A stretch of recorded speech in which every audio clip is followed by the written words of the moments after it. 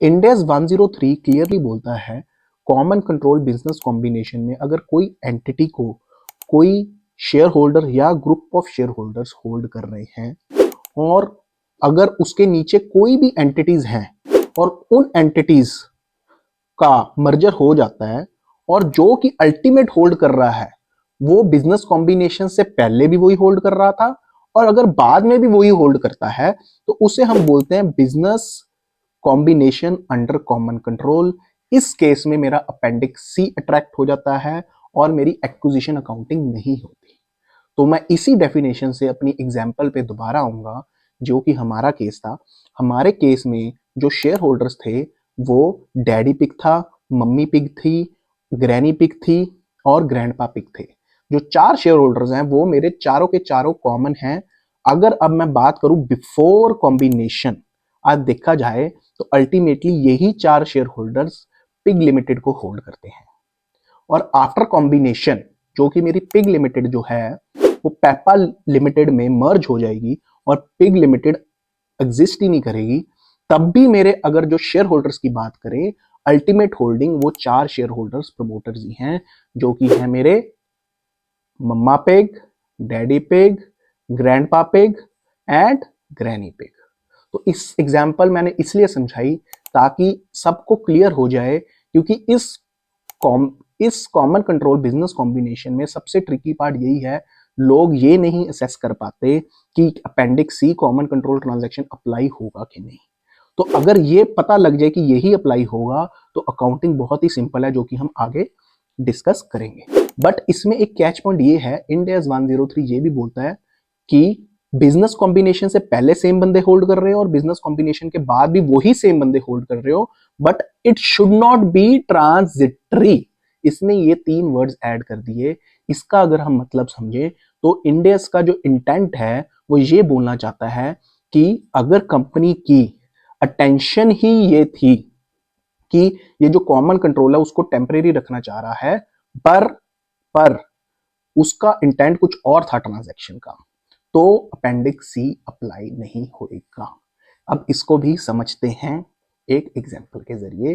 वो मैं कंटिन्यू करूंगा पुरानी एग्जांपल से ही जो हमारी एग्जांपल थी पेपा लिमिटेड फाइनेंशियल ईयर 24-25 में। ठीक है, पेपा लिमिटेड ने अज्यूम करो पिग लिमिटेड को अक्वायर करा और जो हमारी पुरानी एक्विजिशन अकाउंटिंग थी जिसमें पिग लिमिटेड में दो शेयर होल्डर थे, कौन कौन, mister George and mister Peppa pig.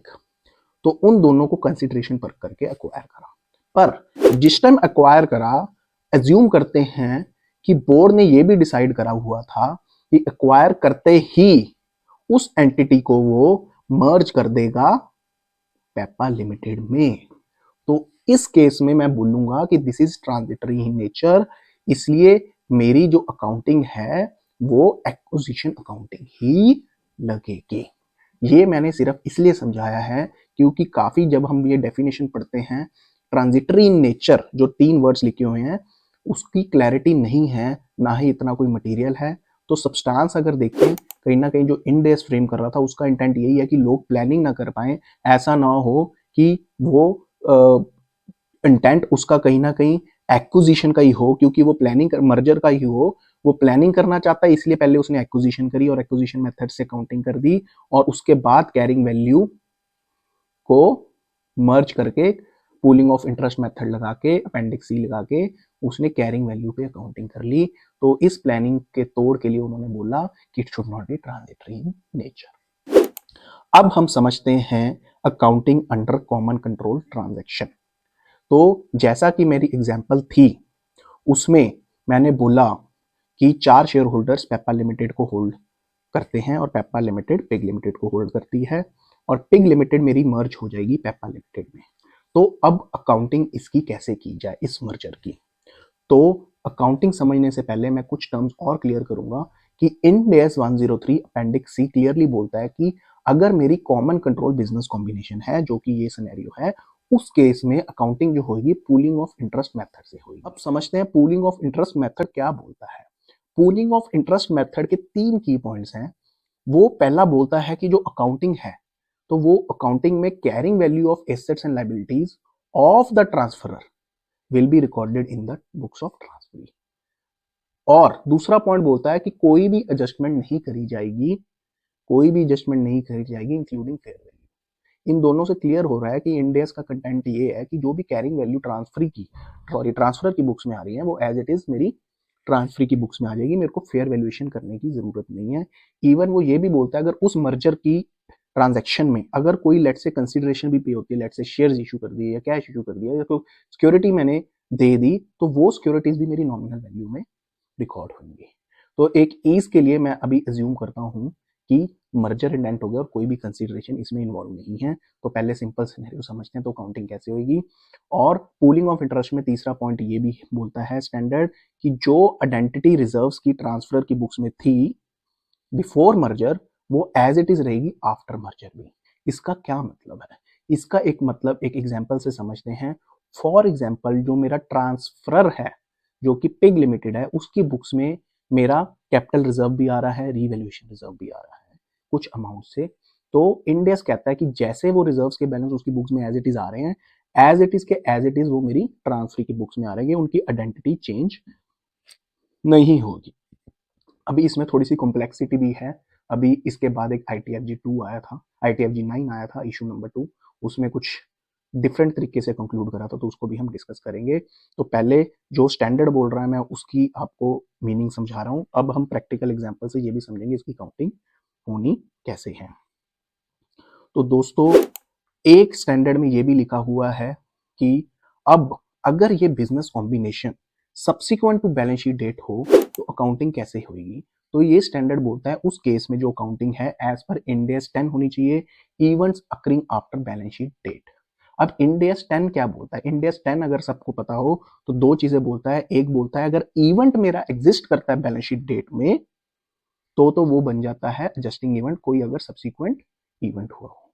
अगर इवेंट नहीं एग्जिस्ट करता बैलेंस शीट डेट में तो that is not my non adjusting event, only disclosure is required. अब ये दोनों केसेस में अपने एग्जांपल में अप्लाई करता हूं और समझते हैं कि इसका क्या इंपैक्ट है। इसका मतलब यह है कि फॉर एग्जांपल मैं फाइनेंशियल ईयर 24-25 के फाइनेंशियल्स बना रहा हूं और 31 मार्च 25 से पहले पहले पेपा लिमिटेड ने मर्जर की एप्लीकेशन NCLT में लगा दी और बोर्ड अप्रूव कर चुका है मर्जर और मर्जर की एप्लीकेशन लगा दी है। तो इस केस में मैं बोलूंगा कि मेरा जो इवेंट है वो एग्जिस्ट करता है बैलेंस शीट डेट में। बट अगर एप्लीकेशन लगा दिए तो इसका मतलब ये है क्या बिजनेस कॉम्बिनेशन हो गया है? नहीं, इसका मतलब ये नहीं है, क्योंकि स्टैंडर्ड बोलता है जो मेरे लीगल लॉज हैं मर्जर तभी इफेक्टिव माना जाता है जब NCLT से प्रिंसिपल अप्रूवल आ जाए और उस अप्रूवल को मैं फाइल कर दूं ROC में, तभी मैं मानता हूं कि ये मर्जर अफेक्टिव हो गया है। तो बिजनेस कॉम्बिनेशन हम तब मानते हैं जब मर्जर अफेक्टिव हो जाए और इसका ट्रिगर पॉइंट यही है कि जब मेरी मर्जर की जो सब्सटेंशियल कंडीशंस हैं वो फुलफिल हो जाए। तो प्रैक्टिकली सब्सटेंशियल कंडीशंस कब फुलफिल होती हैं? जब मेरे NCLT का अप्रूवल आ जाए और ROC में फाइलिंग हो जाए। और जो मर्जर स्कीम होती है इसमें कहीं ना कहीं क्लियरली लिखा जाता है कि ये स्कीम मेरी कब इफेक्टिव होगी, when will be my effective date, और कंडीशंस भी मेंशन होते हैं। तो क्लैरिटी के लिए ये सब चीजें पहले स्कीम में डाल देते हैं ताकि एम्बिग्यूटी ना आए। अब मैं दूसरी एग्जांपल लेता हूं। अगर तो इस केस में मेरी बोर्ड मीटिंग जो थी पहली एग्जांपल में, अगर मेरी बोर्ड मीटिंग 15 मई 2025 को है, ठीक है, और 10 मई को मेरे पास NCLT का अप्रूवल आ गया है और 12 मई को मैंने वो एप्लीकेशन फाइल कर दी है और मर्जर स्कीम में जितनी भी कंडीशंस थी वो सब्सटेंशियली फुलफिल्ड हो गई हैं और स्कीम इफेक्टिव हो गई है। तो उस केस में मुझे मर्जर अकाउंटिंग करनी पड़ेगी फाइनेंशियल ईयर 24-25 में ही, और मुझे जो पुराना साल है, प्रायर ईयर है, जो कि है फाइनेंशियल ईयर 23-24, उसको भी रीस्टेट करना पड़ेगा from the beginning of the year, that is 1 April 2023। तो मेरा फाइनेंशियल ईयर 24-25 में जो प्रायर पीरियड का कॉलम आएगा 23-24 का, वो मेरा रीस्टेटेड होएगा as if the merger has already happened with effect from 1 April 2023। तो जो 1 अप्रैल 2023 के जो अमाउंट्स आएंगी वो कैसे आएंगी? वो अमाउंट्स आपकी वो ही होंगी टेक्निकली जो कि कैरिंग वैल्यू मेरी पिग लिमिटेड की बुक्स में आ रही थी, एज इट इज वो मेरे पेपा लिमिटेड के बुक्स में आ जाएंगी। अब जब हम बोलते हैं कैरिंग वैल्यू आ जाएंगी तो पिग लिमिटेड में तो शेयर कैपिटल भी दिख रही है, उसके रिजर्व्स भी दिख रहे हैं, तो क्या वो भी मेरे as it is share capital और रिजर्व में ऐड हो जाएगी? Answer is no, because Pepa limited में मेरी इन्वेस्टमेंट की वैल्यू आ रही होगी, तो जो कि हमारा केस है, पेपा लिमिटेड की बुक्स में मेरे इन्वेस्टमेंट वैल्यू लेट से 1000 रुपीज आ रही थी और शेयर कैपिटल भी 1000 रुपीज आ रही थी। तो वो शेयर कैपिटल मेरी जो मैंने कंसोलिडेशन अकाउंट्स में एंट्री डाली थी जो पुरानी वीडियो में, तो वो कॉन्ट्रा हो जाती थी, वैसे ही कॉन्ट्रा ये भी हो जाएगी। तो और टेक्निकली देखा जाए, अगर कोई इंटर ग्रुप ट्रांजेक्शन्स हैं, ये चीज़ें स्टैंडर्ड में नहीं लिखी हुई इंडेक्स 103 में, बट इट इज़ डीम्ड कि जब आप मर्जर कर रहे हो तो ऑब्वियस ही बात है, अगर पेपा लिमिटेड ने कुछ पिग लिमिटेड से पैसे लेने और पिग लिमिटेड ने पेपा लिमिटेड को देने हैं, फॉर एग्जाम्पल जिसे हम बोलते हैं इंट्रा ग्रुप ट्रांजेक्शन, तो वो ट्रांजेक्शन जो बैलेंस शीट में वो एलिमिनेट आपस में हो जाएंगी।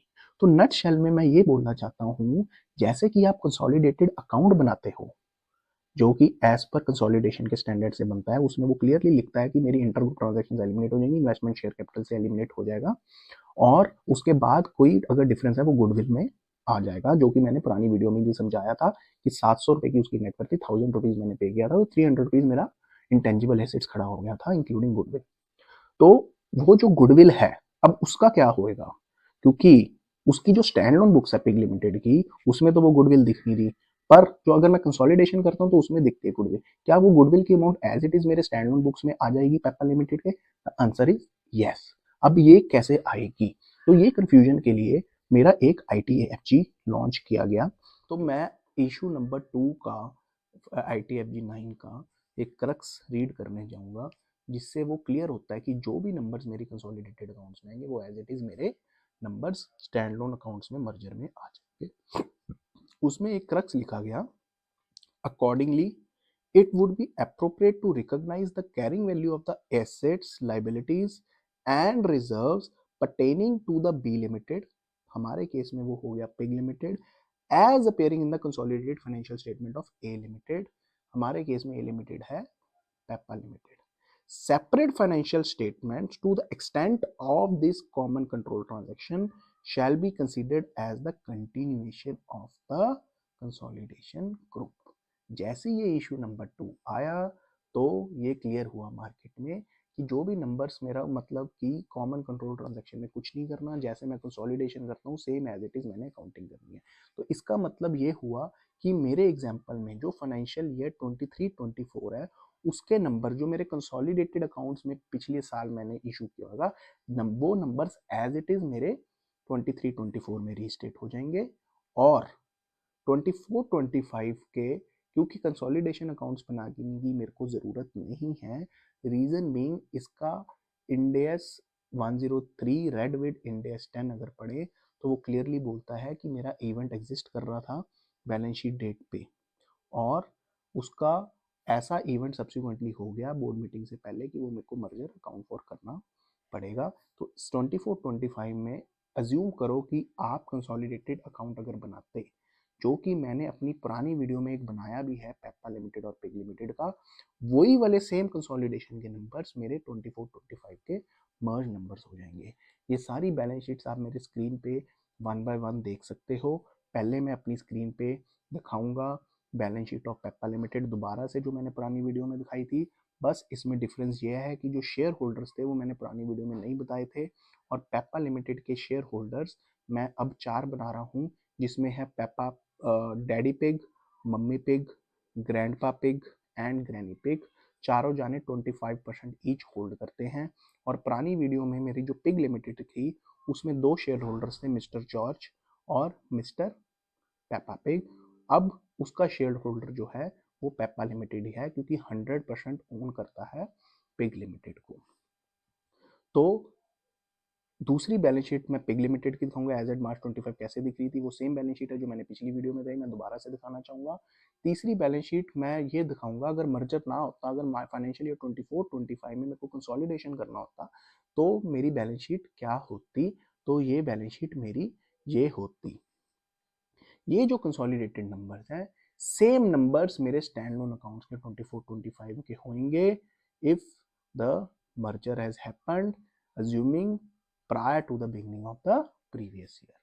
मैंने अज्यूम करा कि ये मर्जर 1 अप्रैल 23 से ही हो गया है और मैंने अपना 23-24 का फाइनेंशियल स्टेटमेंट भी रीस्टेट कर दिया और जो 23-24 के प्रायर पीरियड के नंबर्स आएंगे क्योंकि वो अब मेरा स्टैंड लोन अकाउंट बन गया है, उसमें बकायदा मैं रीस्टेटेड वर्ड ऐड करूंगा और एक फुट नोट दूंगा जिसमें लिखूंगा रेफर नोट कोई भी 40 फॉर एग्जांपल और उसमें प्रॉपर डिटेल डिस्क्लोजर्स दूंगा कि जो ये रीस्टेटमेंट हुई है इसमें क्या फ़र्क आया है और ये कैसे हुई है with full disclosure as required by Ind AS 103। तो इस वीडियो में मैं डिस्क्लोजर्स पार्ट नहीं कवर कर रहा, नोट कैसे बनेगा वो नहीं कवर कर रहा। इस वीडियो से मैं सिर्फ ये समझाना चाह रहा हूँ कि लोग काफ़ी घबराते हैं कि मर्जर हो गया, क्या हो गया, कैसे होएगी अकाउंटिंग। तो इस वीडियो से मैं सिर्फ ये क्लियर करना चाहता हूँ कि मर्जर की अकाउंटिंग बहुत ईजी है। इसमें जो ट्रिकी चीज़ है वो यही है, ये आइडेंटिफाई करना कि वो कॉमन कंट्रोल ट्रांजैक्शन है कि नहीं। एक बार ये आइडेंटिफाई हो जाए कॉमन कंट्रोल ट्रांजैक्शन है तो उसकी अकाउंटिंग बहुत इजी है, हमें सेम वे करनी है जैसे हम कंसोलिडेटेड अकाउंट्स में करते हैं।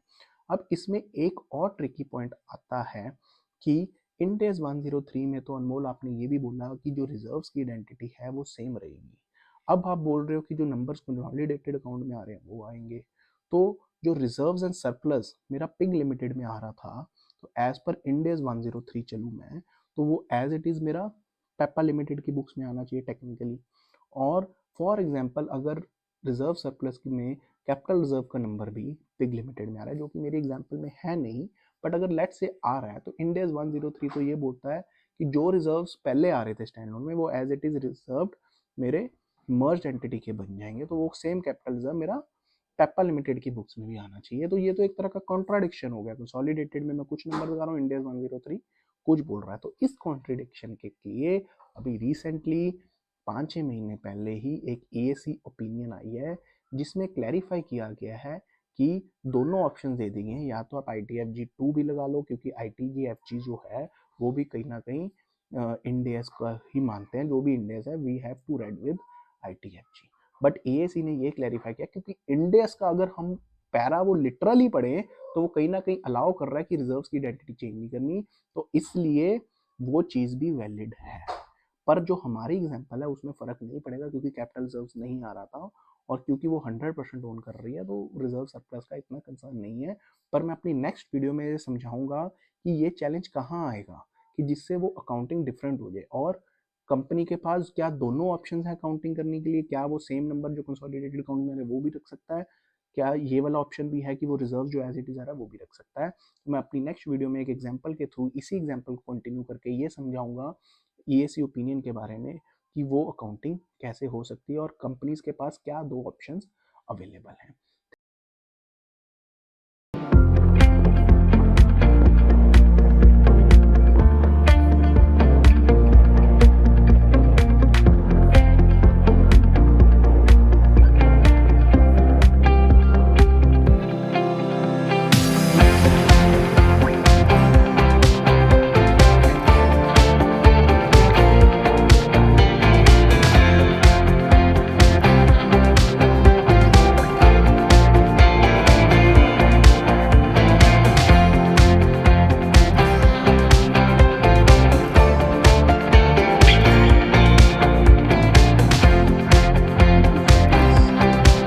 Please like and subscribe my channel, kindly comment and please give the feedback of the video in the comment section. Thank you, bye, Jai Hind.